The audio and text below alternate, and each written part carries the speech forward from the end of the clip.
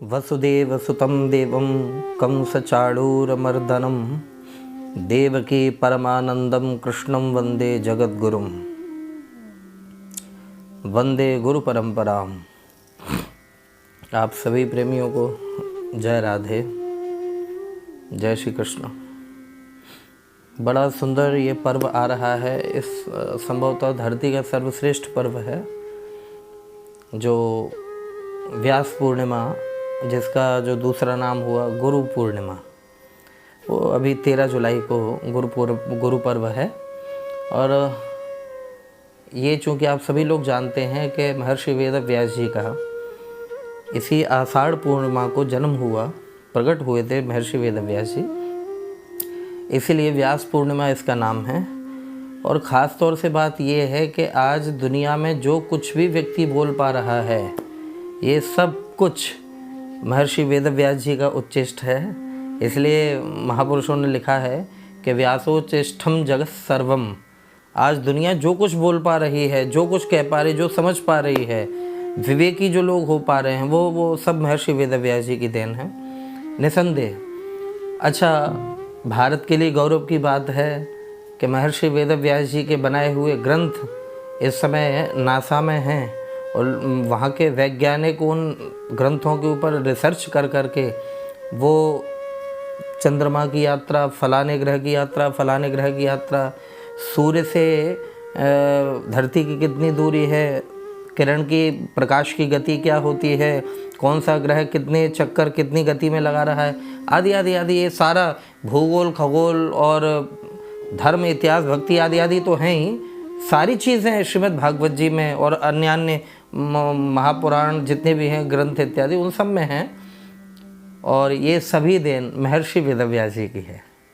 समझ पा रहे हैं आप? तो इसलिए व्यास पूर्णिमा जो गुरु पूर्णिमा है, हम सभी की ओर से श्री गुरु पर्व को बारंबार प्रणाम है।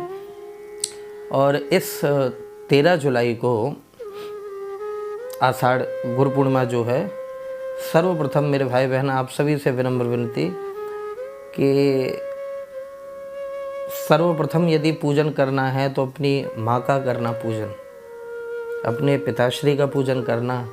क्यों? क्योंकि गुरु पूर्णिमा है और हमारे धर्म ग्रंथ कहते हैं कि बच्चे की प्रथम गुरु माँ होती है, पिता होते हैं। प्रथम गुरु माँ बाप होते हैं। तो सबसे पहले अपने माँ बाप का पूजन करना, अपने बड़े बुज़ुर्गों को प्रणाम करना, और फिर हमारे महर्षि वेद व्यास जी का पूजन हो, और फिर जिन जिन से आपने दीक्षा ले रखी हो वो गुरु पूर्णिमा उस हिसाब से मनावें, जहाँ से आप दीक्षित हों, जिस परंपरा से दीक्षित हों। अच्छा, कुछ प्रश्न हमारे पास आए हैं, इसलिए हमने ये बात रखी कि कई लोग ये पूछ रहे हैं कि महाराज जी कहाँ दीक्षा लें, कैसे दीक्षा लें, किससे दीक्षा लें। सवाल हैं कईयों के अंदर, बोले बड़ा कन्फ्यूज़न है, सहज में ही जिन जिन की सूचनाएं आ रही हैं। तो मेरे भाई बहन, ये अंधेरे में तीर चलाने वाली बात नहीं है, क्योंकि गुरु जीवन में, परंपरा से गुरु जीवन में एक बार बनाए जाते हैं, समझे। और एक बार का यदि फैसला आपका गलत है तो ज़िंदगी बेकार है आपकी। और मूल रूप से गुरु जो धार लिए जाते हैं, गुरु जो बनाए जाते हैं, उसका मूल कारण यही होता है कि हम एन केन प्रकारेण, हमारा मन जो है संसार से वो गुरुदेव हटा करके श्री ठाकुर जी के चरणों में लगा दें, श्री प्रिया प्रीतम के चरणों में लगा दें, श्री रघुनाथ जी के चरणों में लगा दें। मूल गुरुदेव का कारण प्रयोजन ये होता है। और दुनियादारी पता नहीं कहाँ किस में पड़ी हुई है मेरे भाई बहन। प्रश्नोत्तरी में भगवान शंकराचार्य की बात बताएं हम आपको कि अपार संसार समुद्र मध्य सम्मज्जतो में शरणम किमस्ति गुरोः कृपालो कृपया वदई तत् विश्वेश पादाम्बुज दीर्घ नौका। उन्होंने ये प्रश्न किया कि हे गुरुदेव, इस अपार संसार समंदर में अगर जीव भटक रहा है, बह रहा है, क्या करे, कैसे? हाँ। तब उत्तर दिया कि गुरुदेव बोले कि कृपालो कृपया वदई तत्। उन्होंने जब कहा कि हे कृपालो, हे गुरुदेव कृपा करके आप कहिए, तब एक लाइन में उत्तर दिया कि विश्वेश पादाम्बुज दीर्घ नौका। भगवान के जो चरणप्लव हैं, जो भगवान के चरण नौका हैं, उनका जो जीव आश्रय ले लेता है वो भव सिंधु को पार कर जाता है। मेरे भाई बहन, न वो राजा रहे न वो रानी रही। आज जिन किलों के ऊपर लोग गुमान करते थे, जिन धन दौलत पे, खानों खजानों पे गुमान करते थे लोग, वो आज वीरान पड़े हुए हैं। बड़ी बड़ी कोठियाँ सूनी हो गई, बड़े बड़े किले खंडर पड़े हुए हैं। क्यों? क्योंकि न वो राजा रहे न वो रानी रही, कहने सुनने की बस एक कहानी रही। जग में लाखों करोड़ों का मेला जुड़ा, हंस जब भी उड़ा तब अकेला उड़ा। मेरे भाई बहन, गुरु परंपरा ये बताती है कि जीवन कैसे जीना है, और जीना ऐसे है कि दोबारा मरने के लिए इस धरा पर ना आना पड़े। ये गुरुदेव का कार्य है। और मूल रूप से ये किसी के बताने से गुरु दीक्षा नहीं ली जाती। सबसे पहली बात, ऐसा नहीं होता कि किसी ने सजेस्ट कर दिया, किसी ने सलाह दे दी वहाँ दीक्षा ले लो। ना ना, गुरुदेव जो हैं उनकी वाणी आपके हृदय में उतरनी चाहिए, हमारे हृदय में उतरनी चाहिए, और लगना चाहिए कि हाँ। अच्छा, कमाल की बात, आज गुरु किसी व्यक्ति को नहीं बना रहा है। व्यक्ति, एक आम इंसान किसी व्यक्ति को गुरु नहीं बना रहा है। आज शिष्य जो हैं एक मैनेजमेंट को गुरु बना रहे हैं। मैं बहुत प्यारी बात, सुलझी बात कह रहा हूँ कि आज जो लोग हैं एक मैनेजमेंट को गुरु बना रहे हैं। मैनेजमेंट यानी कि अरे महाराज उनके यहाँ पे गए हम, बड़ा बढ़िया खाना पीना, बड़ी व्यवस्थाएं, सैकड़ों लोग लगे हुए थे और गाड़ी घोड़ा, और महाराज एसी आश्रम सारा। मैं ये आए दिन सुनता हूँ इन बातों को और बड़ा अंदर से मुस्कुराता हूँ कि लोग संभवतः किसी व्यक्ति को गुरु नहीं बना रहे हैं। आज एक मैनेजमेंट को गुरु बनाया जा रहा है कि फलाने का मैनेजमेंट ऐसा, ठिकाने का मैनेजमेंट ऐसा। एक दुर्भाग्य की बात आपको बताएं, संभवतः 6.5 साल पहले की बात, पहली बार हम ये बात परोस रहे हैं। हमारे भारतवर्ष के दिग्गज महापुरुष श्री हृदय से जिनको नमन है, पूज्य श्री रमेश भाई ओझा जी, परम वैदुष्यपूर्ण जीवन जिनका, रहनी क्या कहना, भाई श्री गुजरात से पोरबंदर, और राम कथा के विश्व विख्यात युग तुलसी श्री मुरारी बापू जी। हम पहले जहाँ रहते थे तो हमने अपनी आँखों से देखा कि वहाँ सामने गेस्ट हाउस में इतनी ज़्यादा घमासान हो गया। किस बात पर? कि एक व्यक्ति अपने रमेश भाई ओझा जी का पक्षधर थे और एक व्यक्ति मुरारी बापू के पक्षधर थे, और वो दोनों इस बात पे लड़ गए, इस बात पे हाथापाई हो गई, छीना झपटी हो गई। किस बात पे? कि नहीं, तेरे गुरुजी का इतना भवका थोड़ी है जितना मेरे गुरुजी का है। अरे तेरे गुरुजी की कथा इतने लोग सुनते हैं, मेरे गुरुजी की कथा इतने लोग सुनते हैं। अरे राम राम राम राम राम। मैंने जब सुना, मैंने कहा ये तो दोनों ही गर्त में पड़े हुए हैं, ये तो दोनों ही मल में पड़े हुए, विष्ठा में पड़े हुए हैं। इनका तो कुछ नहीं, गति नहीं होनी है इनकी। तो जहाँ लोगों की ये मनस्थिति हो कि मेरे गुरुजी का ऐसा, मेरे गुरुजी का वैसा, भैया ऐसी दीक्षा लेवे थे कोई फ़ायदा ना है, कोई फ़ायदा नहीं है होता। दीक्षा कहाँ ली जाती है बड़े भाई?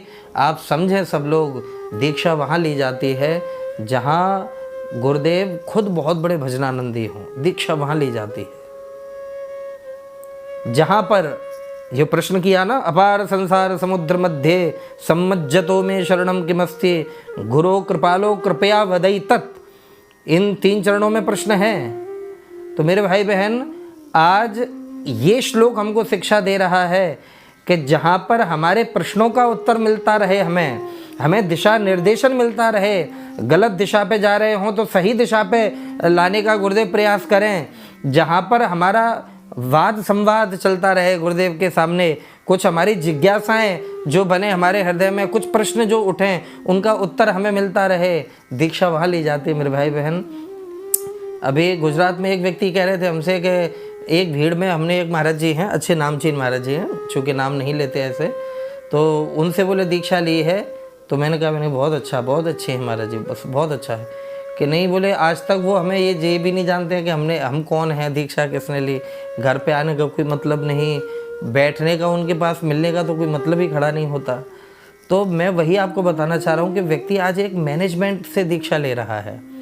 ये गुरु परंपरा अद्वितीय परंपरा है मेरे भाई बहन, अद्वितीय परंपरा। और मूल रूप से जो 4 संप्रदाय हैं मेरे भाई बहन, प्रयास करना चाहिए कि इन 4 संप्रदाय में रह कर के ही दीक्षा ली जाए। एक दूसरी बात, वैष्णवी दीक्षा जो होती है सर्वोपरि होती है, सर्वश्रेष्ठ दीक्षा जो होती है वैष्णवी दीक्षा होती है। ठाकुर जी से जुड़ना चाहिए, परमात्मा से जुड़ना चाहिए।